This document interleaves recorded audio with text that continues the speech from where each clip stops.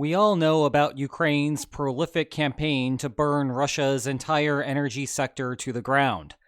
And it does not take a mathematician to calculate that the Kremlin is not a fan of refineries on fire. However, what has been less clear for the keyboard warriors who nonetheless expressed very strong opinions on the subject is the extent of the problem. Is this the type of thing that Putin views as the mere cost of doing business? Or is it the type of thing that will grind the Russian military to a halt? Or, alternatively, bring protesters out on the streets of Moscow to demand Putin's resignation? Well, rather than engaging in idle speculation, we now have some hard estimates from the professionals, which we can now use to engage in some slightly better informed speculation. So if you are ready to find out whether Putin is done, it is time to get out our calculators and start doing some super captivating math. Quick background. This information comes from that New York Times article that we discussed in depth what feels like a month ago, but has actually been about 10 days. Thanks, 2026. Point is, I have already shared this statistic, but we basically just marveled at the number rather than digging into the consequences. So here goes. The key number that the CIA estimated is $75 million per day. $75 million per day is what Ukraine's refinery campaign is costing the Kremlin. That works out to $27.4 billion per year. Now, I do not know about you, but I have never lost $75 million in a day, never mind $27.4 billion in a year. If I ever did, I imagine that I would be very sad. I also suspect that if I had that much money to lose in the first place, it is because the world has gone completely to hell, and my audience has expanded to half of the world's population, which, come to think of it, at that point may only be a few million people. So maybe it is not the worst thing that I have never lost that much money. Still, the problem with numbers like that is how state-level expenses are always unfathomably large, so it is hard to get a sense of whether $27.4 billion per year is actually meaningful. Well, as an unreasonably optimistic starting point, it is tempting to compare that to the Russian defense budget. So let's try that for a minute and see where it takes us. Now, it is hard to track how all of this converts to dollars, but that defense budget might be about $200 billion. Thus, according to the CIA, the refinery campaign is depriving Russia of about 13.7% of its war budget. For a single component of Ukraine's strategy, that is an absolutely absurd amount of damage. It also shows you just what is possible when you combine US intelligence with Ukraine's fine ability to not care at all about Russian escalation threats. Now, to see this for later, I just made a huge leap in logic and assumed that we deducted all $27.4 billion from the war budget, whereas the CIA estimate is that the campaign is costing the Russian economy as a whole that amount. In turn, that would mean that the Russian public as a whole is incurring some portion of the cost. But let's not get ahead of ourselves. You see, it is not hard to find a set of war commentators who would look at these numbers and cue the "Putin is done" claims. If we could come back down to earth for a second, even using optimistic dollar figures does not get us there. You have certainly noticed that the territorial exchange numbers fluctuate on a monthly basis. 300 square kilometers for Russia last month, a bit over 600 the month before, back down to 400 the month before that. You get the idea. Oftentimes, we point to structural factors like the weather as what drives these figures, which they indeed do to some extent. Snow is worse than dry conditions. Rain is bad for vehicles, but increasingly helpful for cover from drones. The literal fog of war beats everything at this point. Nonetheless, one of the interesting aspects of Russia's years-long offensive is that casualty rates roughly track with the territory gained. Put differently, it seems that Russia is gaining ground proportional to the price that it pays, with the structural factors perhaps dictating the timing.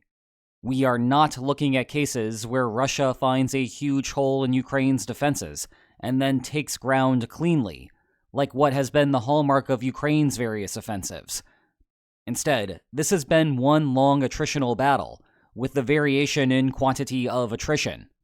In turn, if Russia suddenly lost a seventh of its military budget, we would not see the offensive fall apart.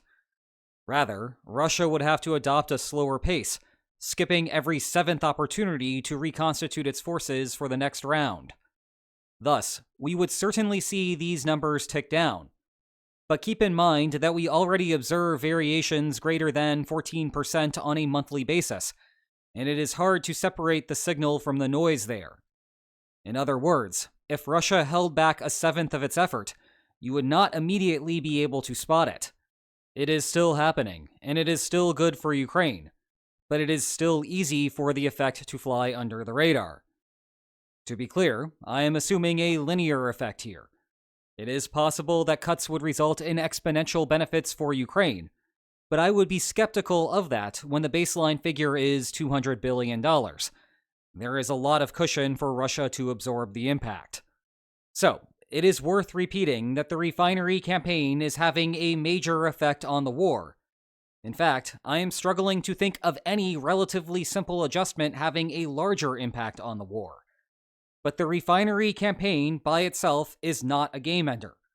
Putin is not done because of it. It is more like a shift of the line east rather than the outright erasing of it.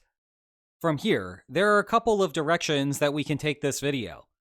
One way is to look at the refinery campaign in the context of other financial problems that the Kremlin is running into. The other is to more closely interrogate Russia's budget allocation decision and learn some more general lessons about politics and the war economy. People tend to like good news, my audience is English-speaking, and the Kremlin's other financial woes are easier to cover. So let's begin there. Ukraine has not only been hitting refineries, of course. There has also been plenty of action at export terminals, and increasingly to the Shadow Fleet itself. We do not have the CIA's reports on those figures, so I do not want to speculate further on actual numbers, given that this video is intended to minimize speculation. Generally, though, this is trending things further in Ukraine's favor. We should also consider how this fits into the broader web of the world at war. The United States is fully committed to not permitting the Shadow Fleet to operate around Venezuela, and will chase tankers all the way to Iceland, even if they claim to be under a Russian flag. This ought to allay some fears that Russia will soon be flush with shadow tankers, though the United States is still a long way from seizing any ship sailing directly out of Russia, and Ukraine may want to continue considering further attacks on the export terminals. Excess tankers are irrelevant if there is nowhere for them to fill up. On the other hand, in the last few days, Germany denied entry to a Shadow Fleet tanker, and thus prevented it from entering the Baltic. The ship had to sail all the way up to the Russian Arctic instead. Now, it is hard to imagine Europe cracking down in the same zero-tolerance manner as the United States in Venezuela. It is the joy of only one of those countries having nuclear weapons. But if Europe started to get very particular about inconveniencing every questionable tanker coming through about their insurance, registration, cargo, and the like, then it would further counteract the increased availability of Shadow Fleet ships. Regardless, the biggest thing to sink Russia is sagging oil prices. Gray market oil is sold at a discount pegged to the standard market price, and it has been dropping. The macroeconomic factors for that, say concerns about a recession, are not important here. They are important overall, of course, but they are a few steps removed from the global conflict map. What is worth noting is that the special Maduro operation in Venezuela hardly moved oil prices. The unrest in Iran has, however. Simultaneously, reports are trending toward the protests having calmed down, but that the United States is moving a carrier strike group to the region. So hold further thoughts on that for a week. Also, further note that the Iran situation has only shifted oil prices by about $1. That is the world that we live in now that the US is a net exporter. One last comment here. It remains true that Russia is continuing to dig deeper into its pool of recruits. That means having to spend more to convince previously unwilling citizens to sign a military contract. That will forever trend the wrong way for Russia until the war ends, which means Russia needs every last one of those rubles even more. Now we need to rewind to understand why the 13.7% military budget reduction was a best-case scenario. We got there by calculating $27.4 billion in damages against a $200 billion defense budget. Do you see the hidden assumption there? We assumed that the Kremlin would exclusively subtract lost refinery receipts from the defense budget rather than from social spending. The 2025 budget overall was about $500 billion.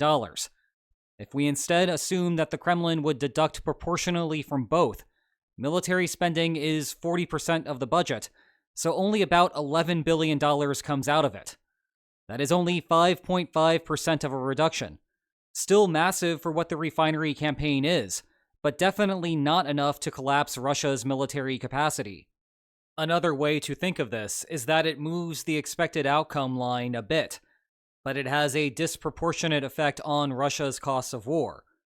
From a crisis bargaining perspective, the net effect is the same, so this is not as much of a criticism as it seems.